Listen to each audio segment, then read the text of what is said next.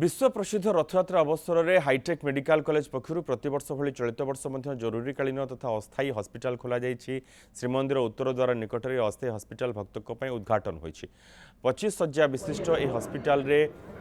HDU व्यवस्था रही hospital रे अभिज्ञ वरिष्ठ डाक्तर 24 घंटिया स्वास्थ्य सेवा जोगाई देवे सेहीपरि गुरुतर रोगी को प्राथमिक चिकित्सा पर भुवनेश्वर स्थित हाईटेक हॉस्पिटल स्थानांतर करा सेठारे चिकित्सा रिहातिर व्यवस्था रही उन्नत मानर उच्च क्षमता संपन्न आंबुलांस मौजूद रही गत वर्ष विश्व प्रसिद्ध रथयात्रा रे मोट 12,335 रोगी चिकित्सा करा उत्तर द्वार में आज संध्यार अनुष्ठित जरूरीकालीन हॉस्पिटल उद्घाटन उत्सव में पुरी सांसद डॉक्टर संबित पात्र केन्द्रांचल आईजी सत्यजित नायक हाईटेक मेडिकल कॉलेज हॉस्पिटल परिचालन निर्देशक तिरुपति पाणिग्राही सत्यवादी विधायक ओम प्रकाश मिश्र राधावल्लभ मठ महंत रामकृष्ण दास महाराज उत्तर पार्श्व मठ मठाधीश नारायण रामानुज दास श्रीमंदिर परिचालना कमिटी सदस्य वरिष्ठ सेवायत प्रमुख उपस्थित थिले। स्वास्थ्य सेवा को एक संकल्प भावी आमे महाप्रभु आशीर्वाद रे आगो को यह कार्य जारी रखिबु बोली कहिसंती हाईटेक हॉस्पिटल परिचालना निर्देशक। मु आज धन्यवाद देवी एठी तिरुपति पाणिग्राही बाबू अछंती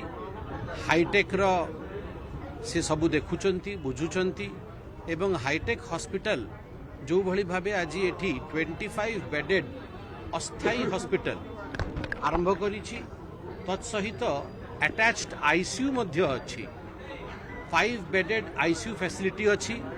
सबु विभागर डॉक्टर माने अछंती आपण ऑप्थाल्मोलॉजी टू नै कि ऑर्थोपेडिक्स टू नै कि general medicine general surgery dental department सबु विभागर डॉक्टर अछंती सबु मेडिसिन फैसिलिटी अछि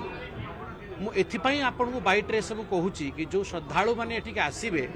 आपण माने भयमुक्त है कि आसंतु। मु धन्यवाद देबी प्रशासन को गवर्नमेंट को स्पेशली संबित भाई को से सबुबले आमको उत्साहित करती आम सब वर्ष ये ये अस्थायी हॉस्पिटल करचु आम भितर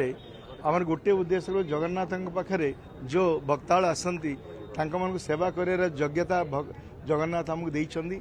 आम सबुबले उत्साह सहित भक्ताल आम सेवा करूँ मु पुणी थर धन्यवाद देवी सरकार को संबित भाई को सब आमको उत्साहित करूँ आम सब ये भाव में आगू जीवु।